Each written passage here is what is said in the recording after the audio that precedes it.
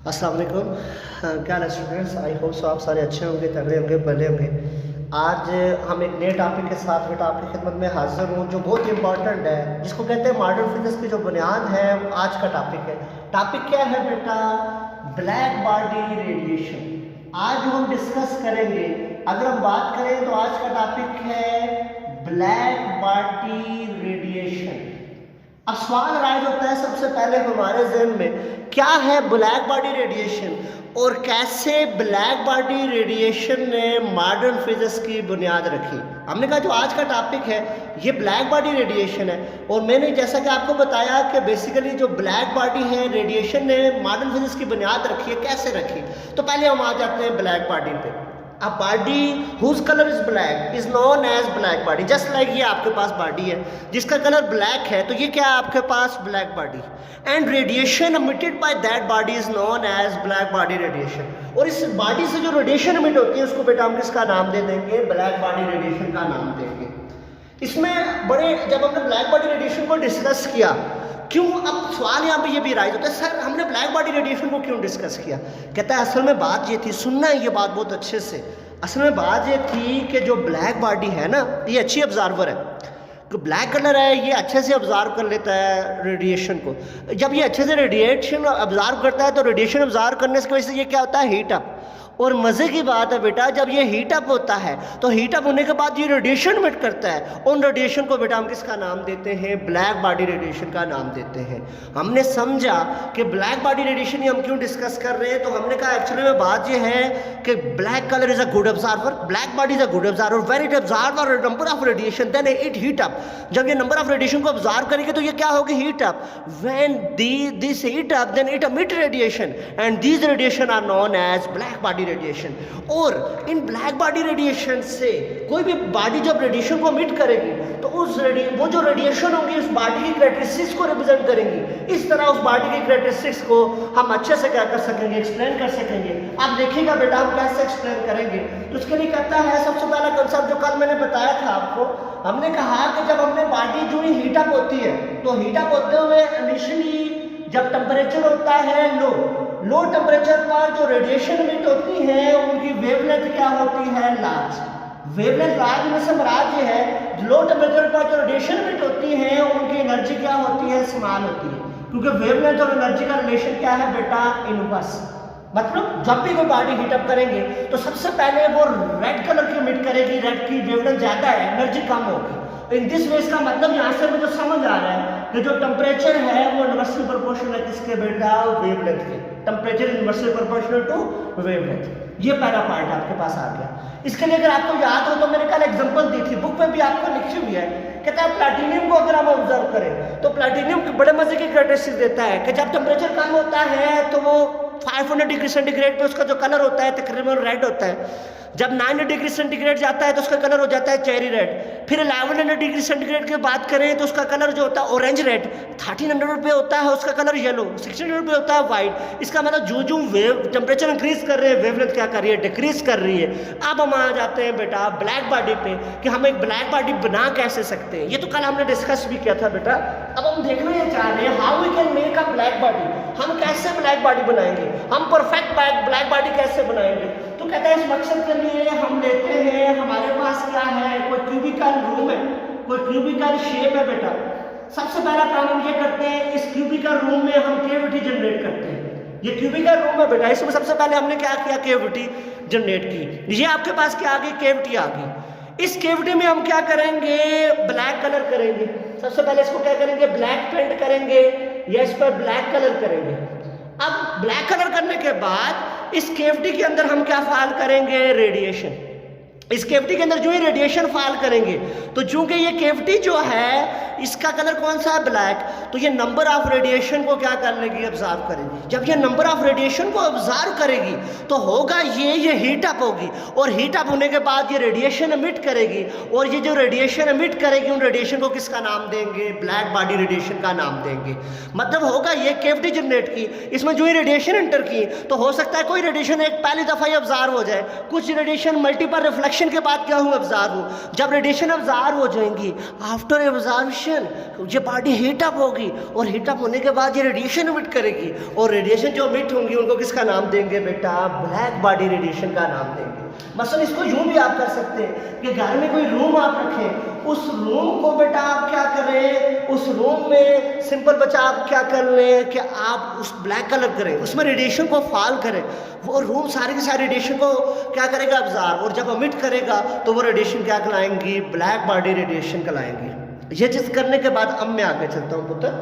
आगे देखें तो कहता है दो साइंटिस्ट थे हमारे, दो दोस्त थे, एक का नाम था, मैं अक्सर लूमड़ी कहता हूँ, लूमड़ी इस वजह से लूमड़ है बेसिकली माजरत, लेकिन ये याद है ताकि मैं, लूमर और प्रिंगशम, लूमर और प्रिंगशम जो थे ये दो साइंटिस्ट थे, इनने ब्लैक बॉडी रेडिएशन को सबसे पहले क्या किया, डिस्कस किया, और इनने ब्लैक बॉडी वाली इंटेंसिटी को और वेवलेंथ को डिस्कस किया। इस मकसद के इन्होंने ली एक ब्लैक बॉडी, एक फंडेंस इसको कहते हैं, ब्लैक बॉडी ली।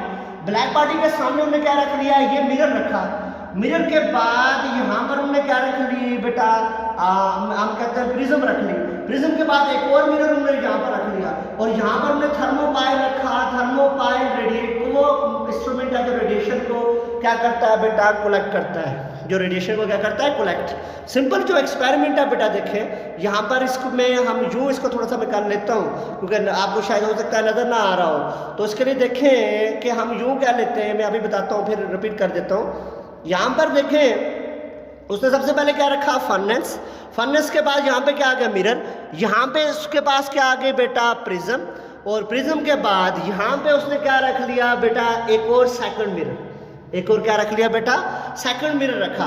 अब देखिएगा बच्चा यहाँ से होगा ये कि फर्नेस से सीधा रेडिएशन निकलेंगी, निकलने के बाद इस मिरर से टकराएंगी, इस मिरर से टकराने के बाद आगे टकराएंगी प्रिज्म के साथ, और प्रिज्म से ये रेडिएशन डिफरेंट वेवलेंथ में स्प्लिट होंगी, और स्प्लिट अप होने के बाद फॉल करेगी सेकंड मिरर पे, और सेकंड मिरर से सीधा किस में कलेक्ट हो जाएंगी बेटा, थर्मोपाइल के अंदर कलेक्ट हो जाएगी। कि ब्लैक बॉडी से रेडिएशन निकली, वो रेडिएशन सीधा टकराई किसके साथ बेटा, मिरर के साथ, मिरर से रिफ्लेक्ट हुई, आगे पास क्यों ना प्रिज्म से, प्रिज्म से पास हो, प्रिज्म का मकसद है रेडिएशन को डिफरेंट वेवलेंथ में स्प्लिट अप करना, प्रिज्म से पास होने के बाद वो सेकंड मिरर से टकराई और थर्मोपाइल में क्या हो गई, कलेक्ट हो गई। अब प्रिक्शम और जो आपके पास लूमर था, इनका कारनामा क्या है, कारनामा ये है कि उन्होंने वेवलेंथ और इंटेंसिटी के दरमियान ग्राफ बनाया एट डिफरेंट टेम्परेचर। अब ये एक्सपेरिमेंट करने के बाद उन्होंने क्या किया, लूमर और प्रेक्षम ने ग्राफ बनाया किसके दरमियान बेटा, वेवलेंथ एंड इंटेंसिटी के दरमियान एट डिफरेंट टेम्परेचर। लूमर और प्रेक्षम make a graph for different intensity at different temperature.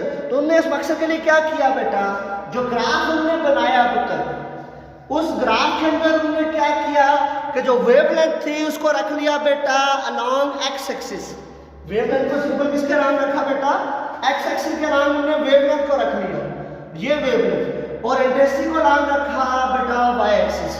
Lummer और प्रिक्शम ने वेवलेंथ और इंटेंसिटी को डिस्कस करने के लिए इनका ग्राफ बनाया, वेवलेंथ को अलोंग एक्स एक्सिस और इंटेंसिटी को किसके नाम रखा बेटा, वाई एक्सिस। जब उन्होंने डिफरेंट इंटेंसिटी के लिए ग्राफ बनाया तो उन्हें डिफरेंट कर्व्स मिली। पहले जो उनको कर्व मिली ये अबाउट मिली उनको 1650 केल्विन पे, दूसरी जो उनको कर्व मिली वो आपके पास जो मिली, ये मिली तकरीबन 1450 केल्विन, तीसरी जो उनको कर्व मिली ये आपके पास 1250 केल्विन, और चौथी जो कर्व मिली ये तकरीबन 1000 केल्विन पे कर्व मिल गई। लूमर और प्रिक्शम ने क्या किया बेटा, वेवलेंथ इंटेंसिटी का ग्राफ बनाया, और जो ग्राफ उन्होंने बनाया वेवलेंथ और इंटेंसिटी का, तो उनको जो पहली जो कर्व मिल रही है बेटा, पहली जो कर्व वो आपके पास कब मिल रही है बेटा, देखें वेवलेंथ और इंटेंसिटी का जब ग्राफ बना रहे हैं तकरीबन 1650 केल्विन पे, दूसरी जो कर्व मिल रही है 1450 केल्विन, तीसरी 1250 केल्विन, और चौथी जो मिल रही है 1000 केल्विन पे। ये इनको डिफरेंट कर्व्स मिल गई। कहता है इन कर्व से हमें कुछ बात समझनी है। कहता है यहाँ पर देखें, आप खुद ऑब्जर्व करें, ये जो बिहेवियर है, इस बिहेवियर को अगर हम ऑब्जर्व करें, देखिएगा ये बिहेवियर क्या शो कर रहा है, सुनना है ये पॉइंट्स, ये शो ये कर रहा है आपके पास इनिशियली वेवलेंथ इंक्रीज कर रही है और इंटेंसिटी भी क्या कर रही है, इंक्रीज कर रही है, और एक खास वैल्यू ऑफ वेवलेंथ के बाद इंटेंसिटी क्या कर रही है, डिक्रीज कर रही है। कहता है इनिशियली देखें वेवलेंथ भी इंक्रीज कर रही है, इंटेंसिटी भी क्या कर रही है, इंक्रीज कर रही है, लेकिन वेवलेंथ की खास वैल्यू के बाद इंटेंसिटी क्या कर रही है, डिक्रीज कर रही है। इंटेंसिटी क्या कर रही है बेटा, डिक्रीज। और दूसरा ये ग्राफ जो शो कर रहा है, जब टेम्परेचर ज्यादा है तो पीक्स बड़ी मिल रही है, और जो टेम्परेचर कम हो रहा है तो पीक्स कम मिल रही है। मतलब जब टेम्परेचर ज्यादा है तो आपके पास हो ये रहा है टेम्परेचर ज्यादा पे इंटेंसिटी ज्यादा है, और जो टेम्परेचर कम हो रहा है तो इंटेंसिटी क्या हो रहा है, कम हो रहा है। अब इस ग्राफ को एक्सप्लेन करने में क्लासिकल फिजिक्स क्या होगी, फेल होगी। क्लासिकल फिजिक्स का सर चकरा गया। क्यों? उसने कहा देखें इनिशियली वेवलेंथ और इंटेंसिटी का क्या रिलेशन है, डायरेक्ट। इनिशियली वेवलेंथ के इंक्रीज करने से इंटेंसिटी इंक्रीज कर रही है, लेकिन एक स्पेसिफिक वैल्यू के बाद जब फर्दर वेवलेंथ इंक्रीज होती है तो इंटेंसिटी क्या करती है, डिक्रीज करती है। वो इस चीज़ को एक्सप्लेन करने में क्या होगे, फेल होगे। और इस वजह से ब्लैक बॉडी रेडिएशन की क्या है, ज़्यादा इंपॉर्टेंस है। अब इसके पॉइंट लिख लेते हैं, कैरेक्टरिस्टिक्स। पहला जो इसकी कैरेक्टरिस्टिक्स है, फर्स्ट वन, वो ये कहता है कि this graph shows that energy is not distributed uniformly.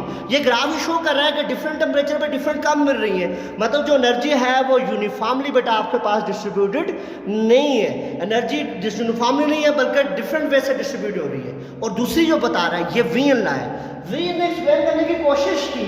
Second इसका पॉइंट है बेटा वीएन स्टेटमेंट। वीएन लॉ ये कहता है कि temperature is inversely proportional to wavelength. According to Wien, temperature और wavelength का क्या रिलेशन है, इनवर्स।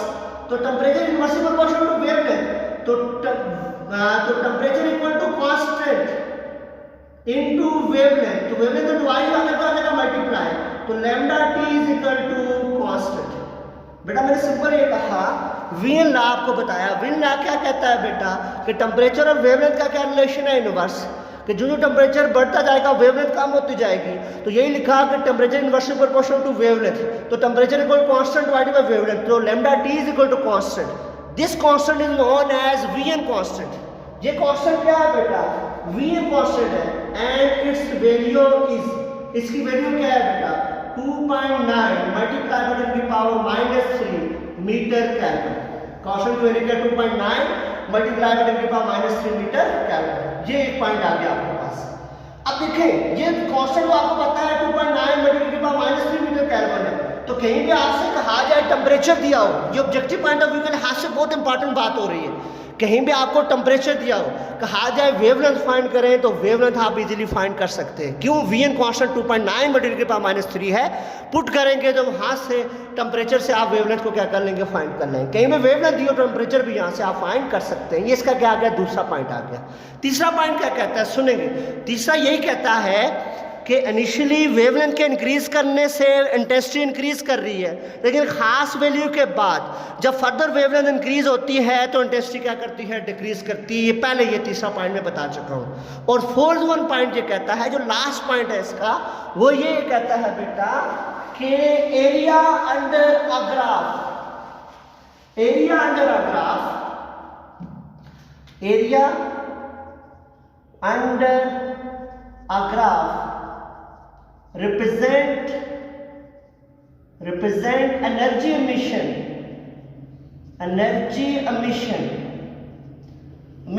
per unit area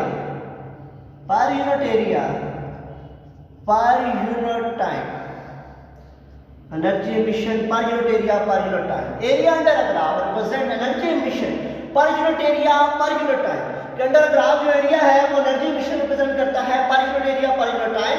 और ये एनर्जी जो मीट हो रही है per unit area per unit time, this energy is directly proportional to absolute temperature power 4।